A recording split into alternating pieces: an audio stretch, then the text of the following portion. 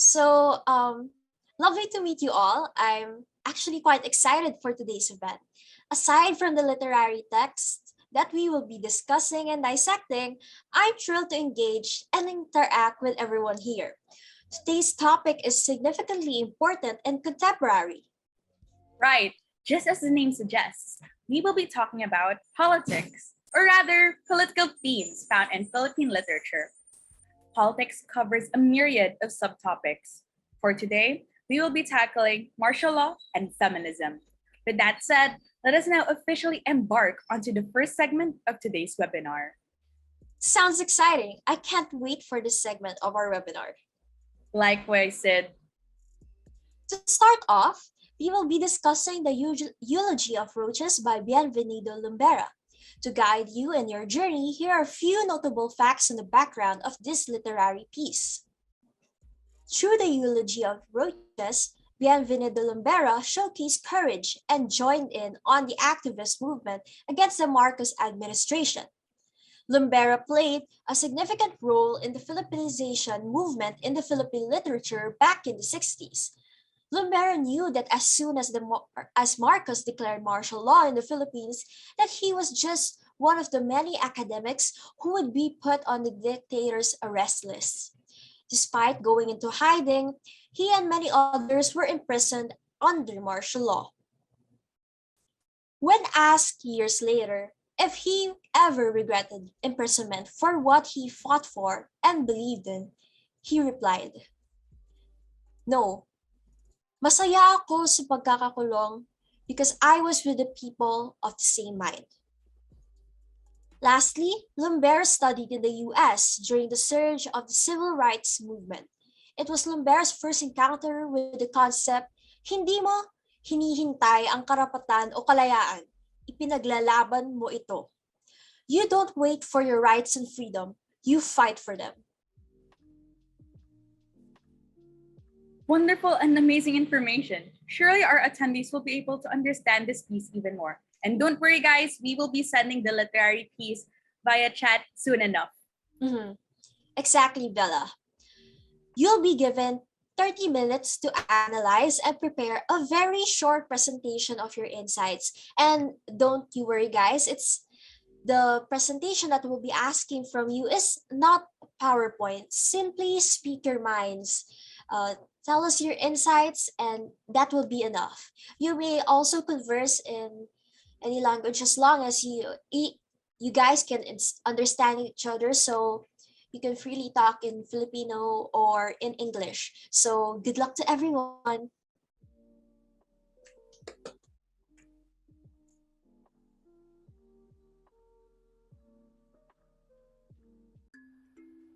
For those of you at home, you may answer the guide questions found on the screen. The text itself can be found in the description box below.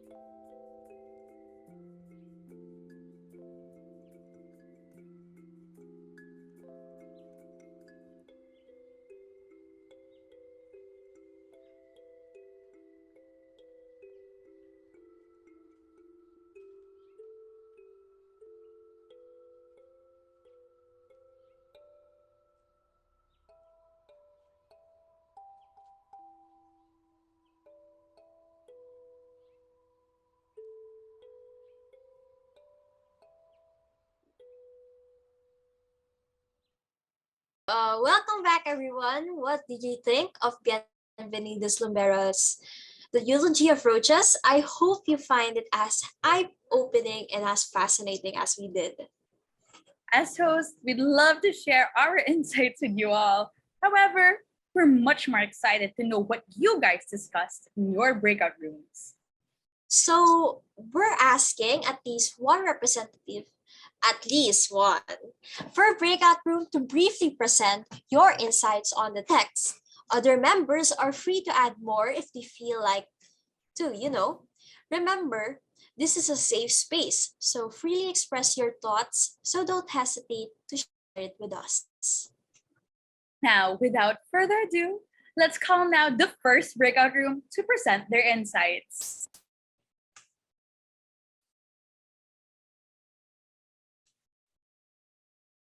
Hello, I think that's me, right? Number one. All right, go ahead. The Hello floor po. is yours.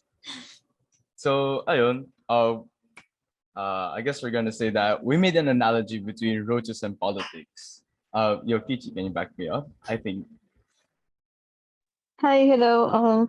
What we discussed in the breakout room, yung connection ng roaches with they represent like the politicians, the corrupt politicians. Like in one part of the poem, it was mentioned that that roaches they increase and multiply, and one of the participants mentioned na it's like that in politics today, gawa ng political dynasties and nepotism. Basically, the people who share ideas, they come together to further strengthen their hold or their influence and power sa politics. I like That's that you mentioned yeah. nepotism. Do you guys have any more insights to share with us? Mm, as I think that's where he got his analogy from, and just trying to clarify or just saying that in politics, roaches are pets, and what do you do when you have pets? Pests, sorry. Yeah. You have to clean them out, Mhm. and but there's always one thing about pests.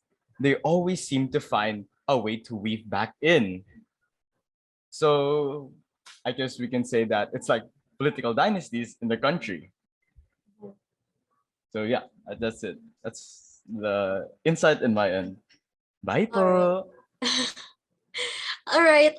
So highlights from this presentation, probably political dynasties, the analogies to political dynasties, and as well as nepotism. Really fascinating insights. Does any other group members want to add something, or are we free to move on? All right, I'll take that as a go signal. So thank you for that presentation. Now we're moving on to the second group. So tell us when you're ready, all right? Hi. So for our group, we noticed that the poem also talks about politicians and how they can just like do nothing and still somehow earn money and stay in power, even though they don't contribute to anything, or when they get funds for like a project, it just goes straight to their pockets. And we just talked about how it's relevant to today, where there's all these corrupt politicians running around stealing money for their own benefit, and there are lots of people who clearly need that money more than they do because they're not because where they are at life right now isn't really good, so they need the money to like buy food or buy basic necessities. And you look at the politicians, are the ones like hogging all the cash, just buying all these things that they don't really need. And yeah, does anyone else from my group have anything to add?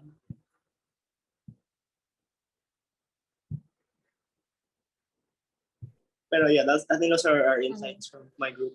All right. I'd like what you said there, like you said about how you highlighted a part of the poem, how they can seem to like live off other things, and I think that's such a really good observation. As you can see, the disparity between the politicians and normal citizens is as if um, politicians are exploiting us, right? They're living off from the work that we give into, and they just sit there um, instead of doing their jobs as we elected them to. They just sit there and th- um, haul up to themselves the things that they are supposed to, share and give out to the people, which is really a wrong thing to do. And I think you touched on how the difference between the rich and the poor as well, and I think that's a pretty good insight. I think it's quite similar for the first group with how nepotism is clearly in our country, especially in politics. Not even in politics, we can see it all around us how nepotism is, right? Bella, do you want to say something? Yeah, to add pa, you know how like roaches are able to live in extreme places, like Mm-hmm. they can survive. Was it meteorites or like a radioactive sort of Mm-hmm. explosion? They have the tendency to survive those sort of things. I like to think of it as like politicians, like your analogy a while ago, the contrast between the rich and the poor. The rich, Mm-hmm. they tend to survive off of extreme experiences, events. Like take for example the pandemic itself. How even though we were through a trying time, the rich still managed to find ways Yeah. to still live lavishly, while the poor they just got even poorer and poorer until. Yes. So I think it's a really apt analogy, not just in the politics on the side of the government, but politically as well on the plane of existence here in the country. So Yeah. wonderful insights, guys. I love all of them. Yeah, and it's quite unfair, right? The fact that, oh, like, okay, we cannot blame a person for their birth, right? Like, if they got born into a wealthy family, then okay, privilege. But the thing about it is that, there's if you're born into a marginalized family, there's going to be opportunities that will be closed off to you. Well, if you're born into wealth, you have a golden spoon in your mouth, you're going to have all of these privileges that other people cannot even achieve, even if they work so hard, because there's a sort of exploitation, right? Like, no matter how hard these people work. Do Mhm. with said privilege. Actually, we have Yes. privilege even if we're like part of the upper or lower middle class. Yeah. We have privilege to help provide a better life for those who don't have the means to be on our end of certain privileges. We can be the voice of those who are voiceless. So really Yes. wonderful discussion, everyone. You Mhm. even got us talking. But I wish we could continue to share more, but we really have to move on to the second text, which is equally as exciting. Yup. So, to tackle our subtopic, feminism, we will now be analyzing Medusa by Benilda S. Santos. Just like the prior piece, we've also provided a short background on the piece. So, no worries. And so let's start off. The name Medusa, for our Greek mythology fans here, means guardian or protector. Medusa was a gorgeous beauty in Greek mythology who was envied by all women and mostly wanted by most males. Di natin sure, baka males lang or we'll never know. She rather had an affair with Poseidon, the ruler of the seas, who was then married to Athena, as mentioned here in our text.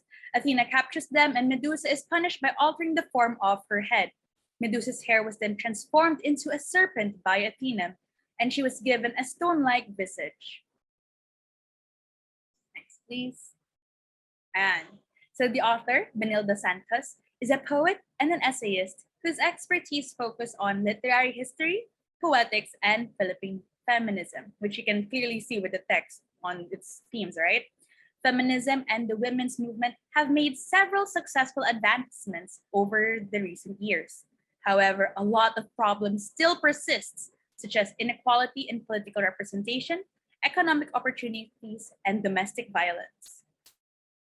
Lastly, the oppression of women has always been perpetuated by men and male-dominated institutions and structures.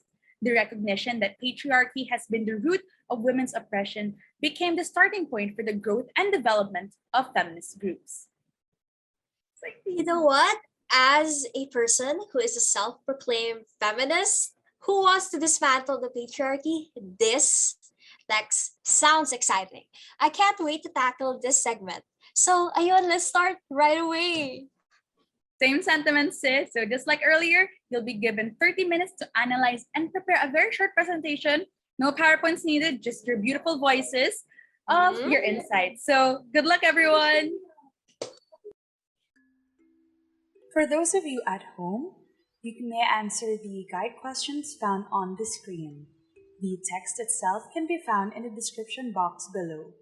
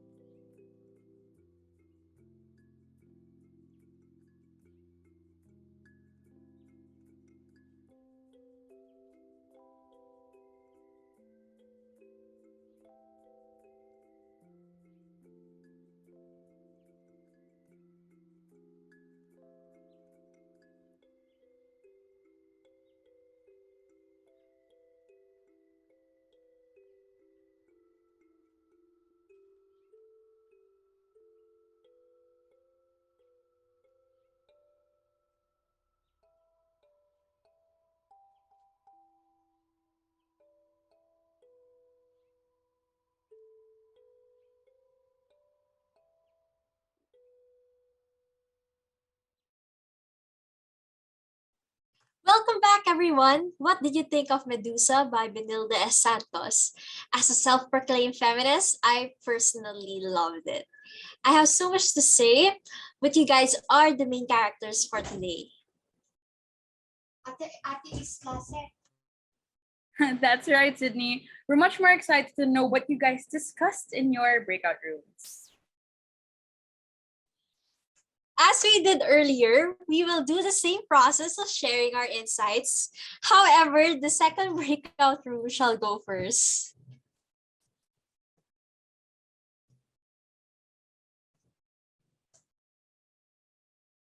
Representative from the second breakout room?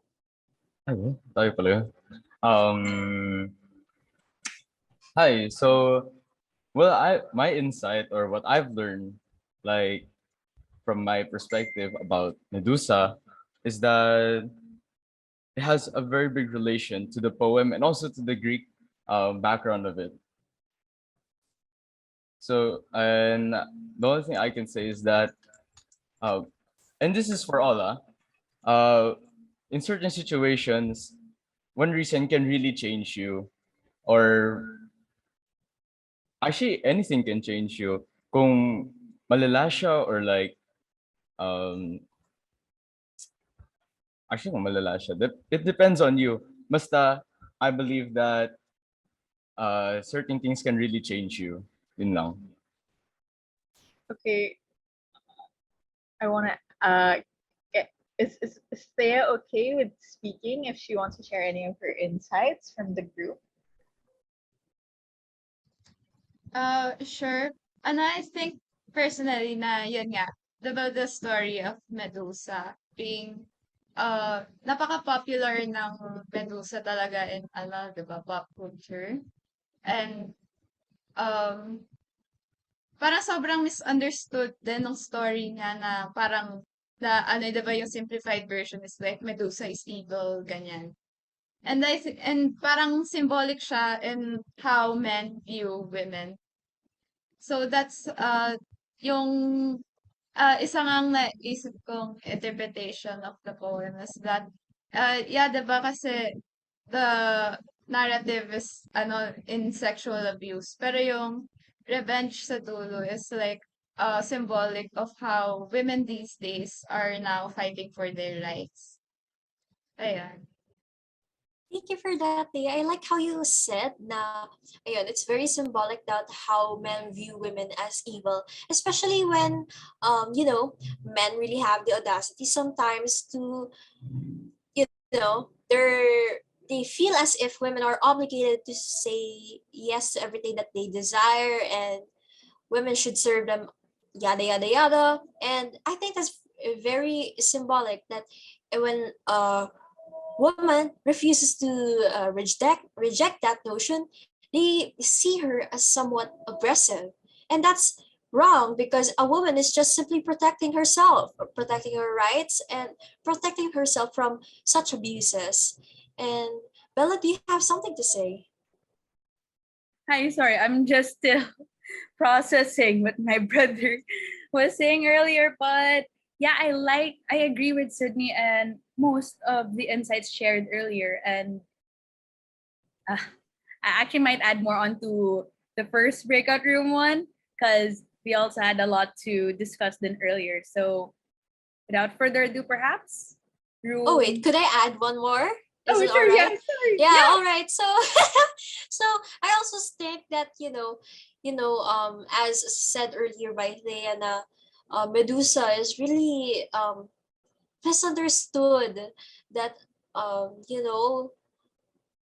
she's really looked at as an evil being, but for me it's just a way of her protecting herself, because Medusa, even before she was the monster that we know, she was a beautiful person who got taken advantage of by who? A man who had power. And I felt like a lot of people misinterpret her fate as a curse, because for me I think it's much more of a blessing, because well, the people who look into her eyes, especially the people who hunt her, are men, go turn into a stone. And I feel like that's a really a symbolic thing when it comes to the poem, as this poem really explains how women are today's society are mistreated, and how women have a very hard time to fight back against such systemic oppressions that were there ever since that they were born. And now that in the end of the poem, women are now starting to find light that they can fight back. And the sad thing about this is, they have to fight back. Women have to fight back for something that should be given to them as their birthright, which is simply their right as a human person, as a human being. So, ayan, I think let's move on. Wait, so you mentioned, right, yung the whole analogy with Medusa. I actually opened this with the soon to present BR earlier, how in the context of mythology, it wasn't, although it's written in text that Athena punished Medusa, we feminists tend to more view it as Athena giving power to Medusa in a way that men would be able to have the power to do onto her what they've done in the past, Poseidon. So I really believe that on the context of feminism, it's more empowering, as we now view this as rather women looking down or punishing our fellow women. It's more like women empowering others, Women, yes, to the voiceless, as mentioned earlier. her. So yeah, sorry, as we said, you guys are the main characters. Let us now move on to the presentation of BR1. Hi, oh my god. wala lang. Ang ganda ng usapan. Or wala na kami madagdag. If for yung same thoughts din sa nabanggit ni na Thea, tama ba? With our group, like seeing how it's very much villainized for women to go against the grain, like the status quo, and for men to like openly assault someone, and for someone who is assaulted to take back their autonomy to be vilified, even though it's a very valid thing to like want your rights, to want justice over something that happened to you, that take over, that has like taken your power. You know, it's like it's not seen as something that's good. And from the story, na what do you call this?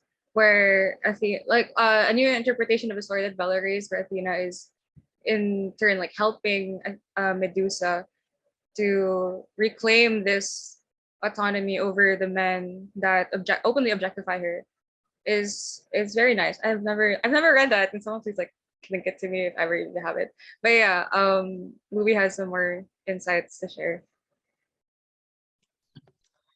Uh, Unfortunately, mukhang wala na din. Kasi, it was mentioned by one of our hosts, Side, if tama yung pronunciation ko. Kasi, actually, I was not aware dun sa, because our host, Bella, gave another interpretation of the story of Medusa, and it caught my attention since I never knew that Medusa getting cursed is more likely a blessing, since yun nga, gave her powers to, not get assaulted or being oppressed. And additionally, we as a group, pag-usapan namin how f up the situation with this, since we all know that at the end of the day, we're all the same. We're just humans, girl, boy, whatever gender. We don't need to, parang abuse our powers, especially for men. It doesn't mean that women are weak. It's not like that, since as we all know that women are strong as well. I think that's it. Na-mention na lahat talaga, like promise, natin pag-usapan natin sa breakout room. Yeah. Thank you for that. I'd like to say finally a bare minimum. Anyway, I really I like what you guys shared with us here in the main session. I really, feminism is not about women being higher than men. It's just women being put in the same pedestal as men are systematically. Because we live in a patriarchal society, whereas they really have a privilege higher than us, like higher than women, which is unfortunate. And women are systematically oppressed because of this. Maybe not a lot of men acknowledge and recognize this, because they think they are ignorant and they are uneducated about what feminism is truly fighting for, which is equal rights. Having to acknowledge that there is a discrimination against women that will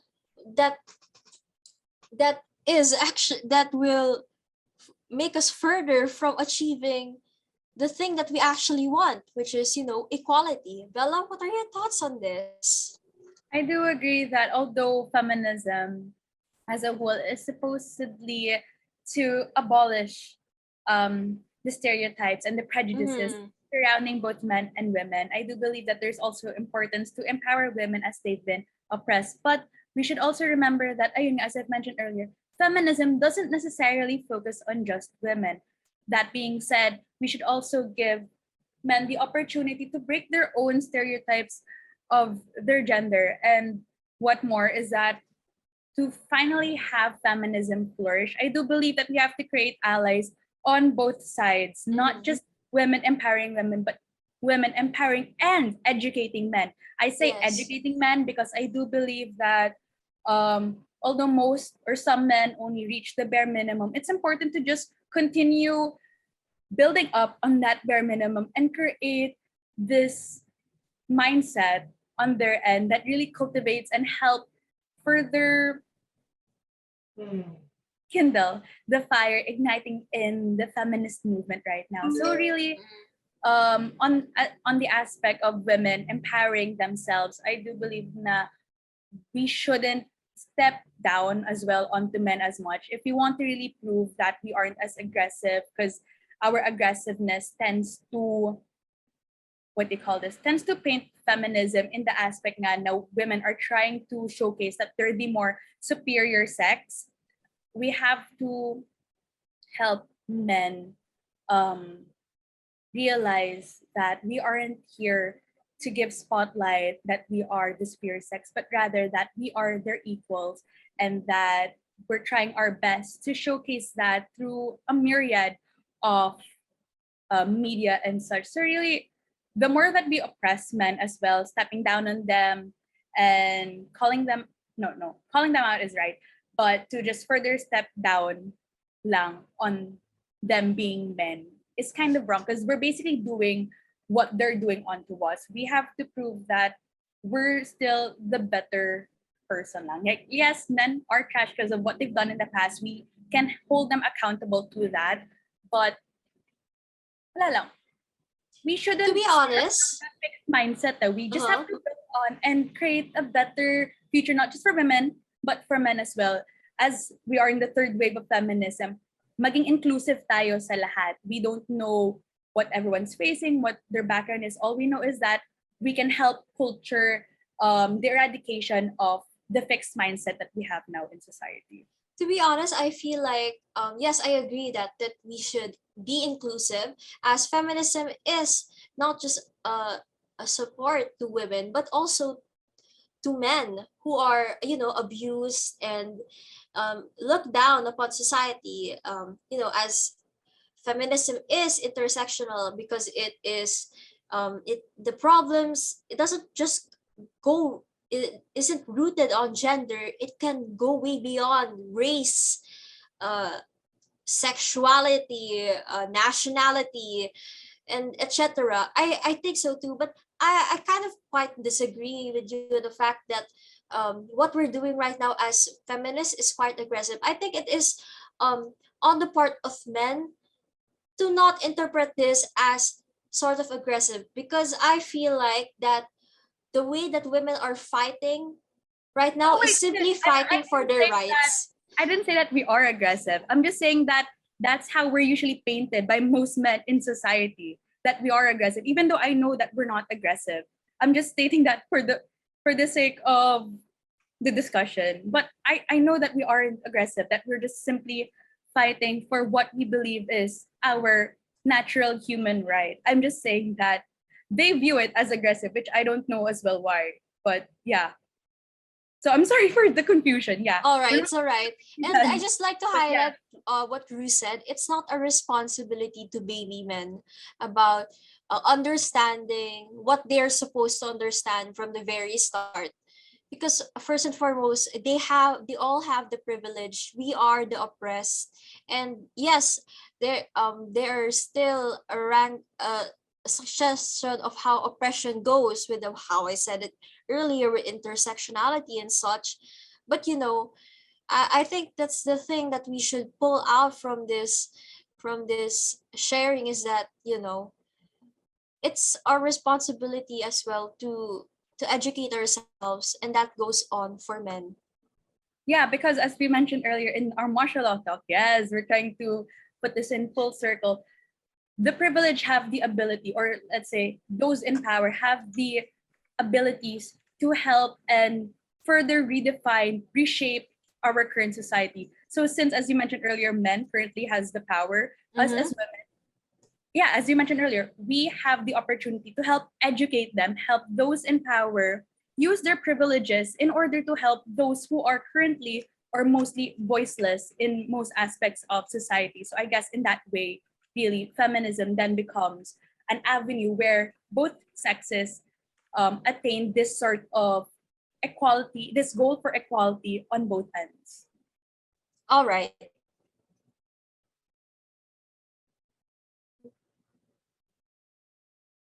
I think we're good. Yeah. I feel like let's move on to the final thoughts. Yeah. Well, I guess for feminism, we already shared a lot of our final thoughts.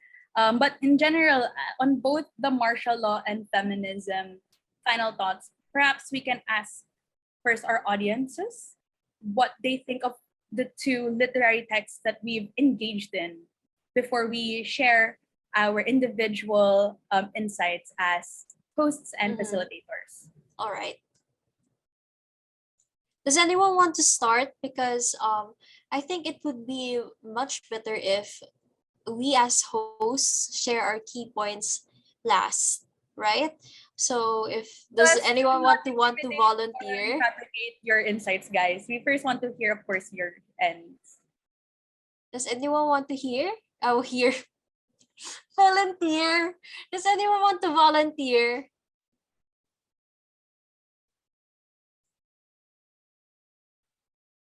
If not, let's choose a sacrificial lamb.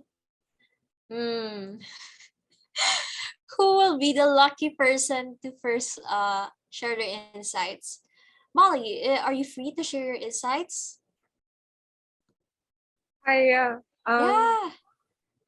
I don't really know what to share besides what's already been talked about.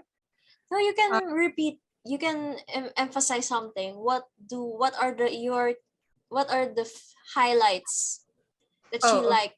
Yeah, to share. you know what? In my day to day, I don't really analyze text. I mean, I read books. We all read articles for school and whatever, but we don't really get to analyze on our free time, and like think critically in like a space besides school or work or whatever. So this was really nice, and the fact that it's a lot of literary text is inspired by politically charged themes is something that we shouldn't look over when reading something, because anything that we can connect to society today is like as with like movements and fighting for rights. I think it's more of an accessible pathway to be exposed to that through literary texts. And yeah, this was really nice. I just really nice in general. Thank you. Thank you for that, Molly. Oh, does anyone want to go next? Or Molly, shall you pass the mic? I feel so honored to pass the mic. Well, let's pass it to Jack Joachim. All right. Thank you. Jack, you may go. The floor is yours. From what let's see. I think overall I really learned a lot, especially from like feminism, because to be honest, I don't really like to comment much about feminism because I don't really know much about it. So I'm afraid I might get something wrong. So I really learned a lot, and I think my knowledge is like broadened on it. And yeah, those are all my thoughts really. How about Cree? For me naman, from the two texts that you gave us, it's actually my first time reading them. So it's actually like what you said. I got enlightened with more info about these two topics. Yun lang naman.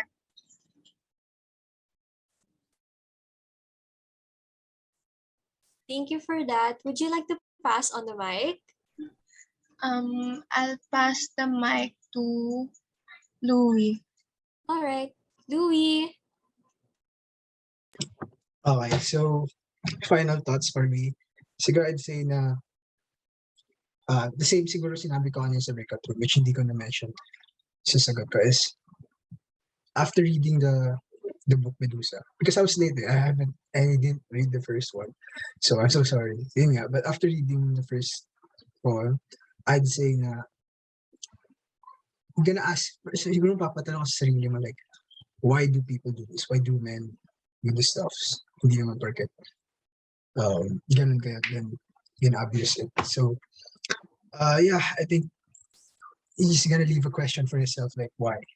Diba patanong ako bakit some people do this kind of F stuff, F stuffs. Yun.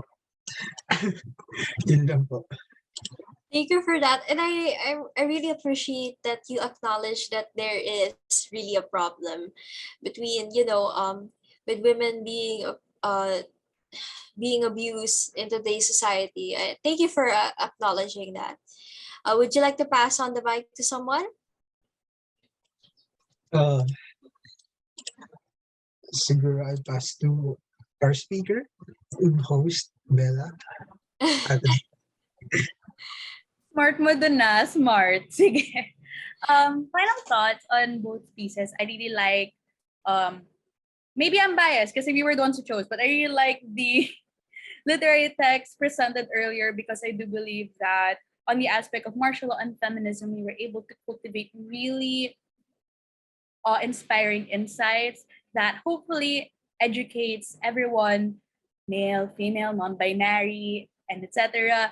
in our Zoom meeting today. And hopefully, you guys didn't learn all this on the aspect of just to participate or what, but hopefully most of the learnings here ingrain into your minds because just like in martial law, maybe doon medyo magbukas minds niyo on the aspect of what's really happening politically in the country kasi even though martial law yung context and we know that the actual martial law in our country happened like a couple or so decades ago, it's still relevant to what's happening right now, what could possibly happen right now. And on the topic naman of feminism, I do believe that it's still an ongoing movement because we continuously experience unjust events here on the side of women. So hopefully we educate both the men and we were able to empower the women here, and hopefully we can through this webinar, through further readings on Philippine literature under these sort of genres, we are able to cultivate a mindset that would help us hone ourselves into better citizens for not just our country, but citizens of the world. So I pass the mic on to perhaps one of our facilitators, Ven. Oh wait, is Ven still here? Yeah, she's still here.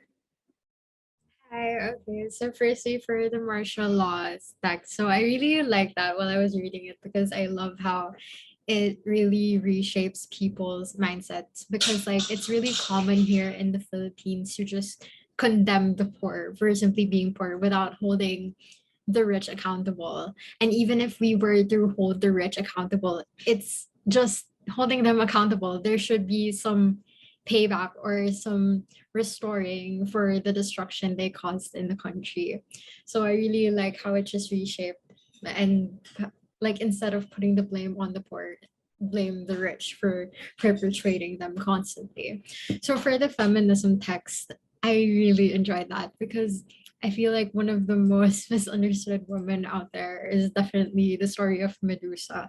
And people's reactions towards Medusa is really such a good reflection of how they view feminism. Because if you see Medusa being this like aggressive, inhumane character, then that says a lot about your character. It says a lot about your personality and how you view women. And I really love how the story really goes to show that like even if I said this a while ago in the breakout room, but like I said that women's protections to themselves is always going to be viewed as something violent. It's always going to be aggressive. It's always going to be wrong in the perspective of a man because they don't like that women have autonomy, they have the rights, they have the control. So yes. All I can say is period. Vivian, would you like to pass the mic to someone? I like to pass the mic to Ru. Go ahead, Ru. Wait, sorry. Wait, sorry. That's my tape pala. Anyway, I guess I'll just go over like maybe like just to wrap it up and like I guess what I want our participants to take away from this event. More than anything, be it for like both martial law and like feminism, we have to listen to the people. In the context of martial law, we have to listen to the Filipino people, and like it's important that we don't forget our past. Remember and like never forget everything that has happened to us. Don't forget who did it to us, why they did it in the first place, and in the context of feminism, always listen to women, listen to what they have to say. And ayun, if you are in a position of privilege, use that privilege to forward the movement. And ayun, don't make it so don't make it a point where your voice overpowers women, but instead use it to uplift theirs. So yeah. Would you like to pass the mic to someone, Ru? Is there anybody who didn't get to talk? I feel like Brian. Hi, so for my final thoughts, I'd like to focus sa feminism segment. Yun kasi yung parang pinaka na-enjoy ko sa webinar natin. So, with regards to the Medusa text, I think it tells the situation we have in the Philippines. As mentioned earlier in our country, yung mga women group have made several advancement already, but there are still a lot of issues like sexual abuse, domestic violence, and such.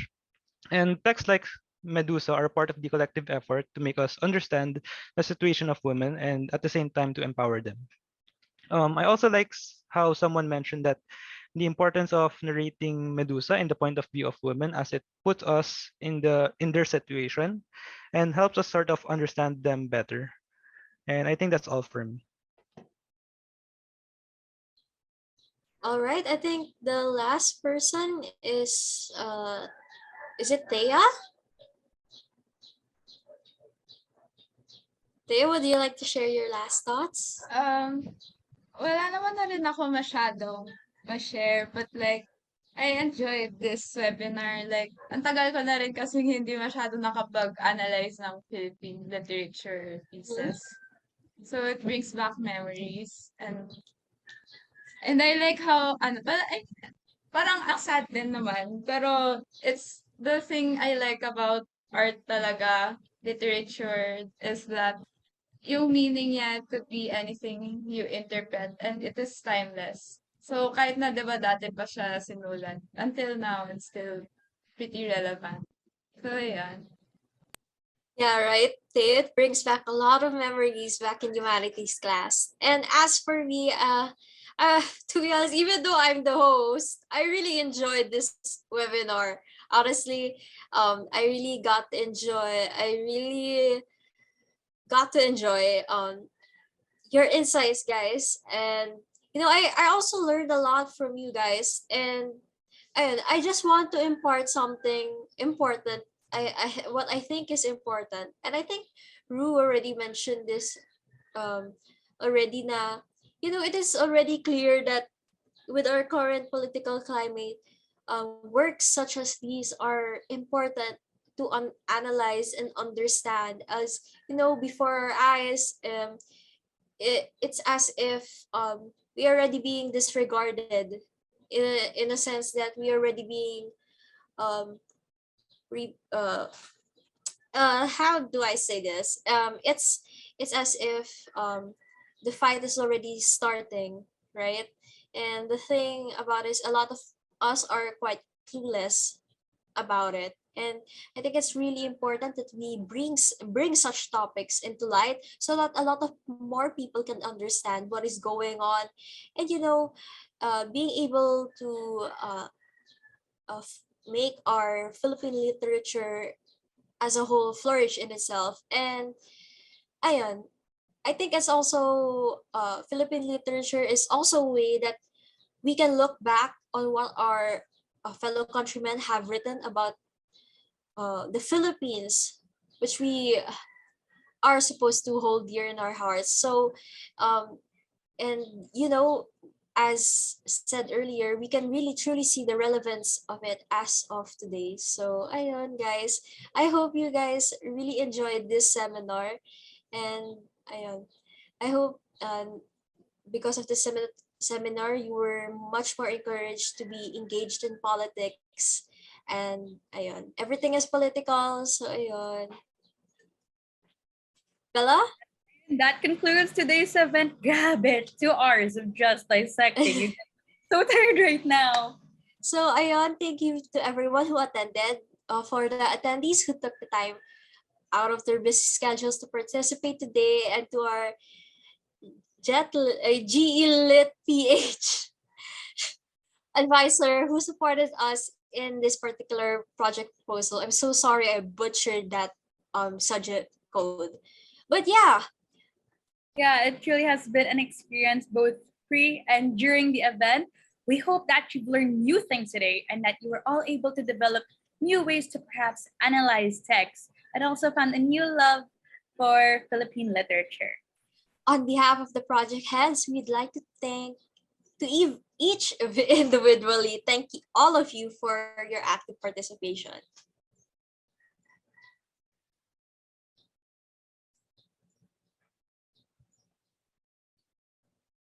So ayun, I'll start it off, I guess.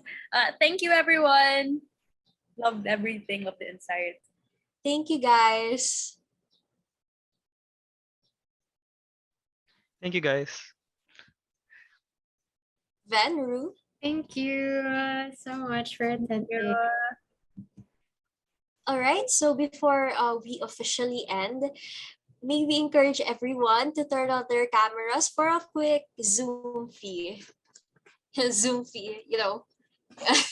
Alam niyo na guys yun. Open your cam, guys.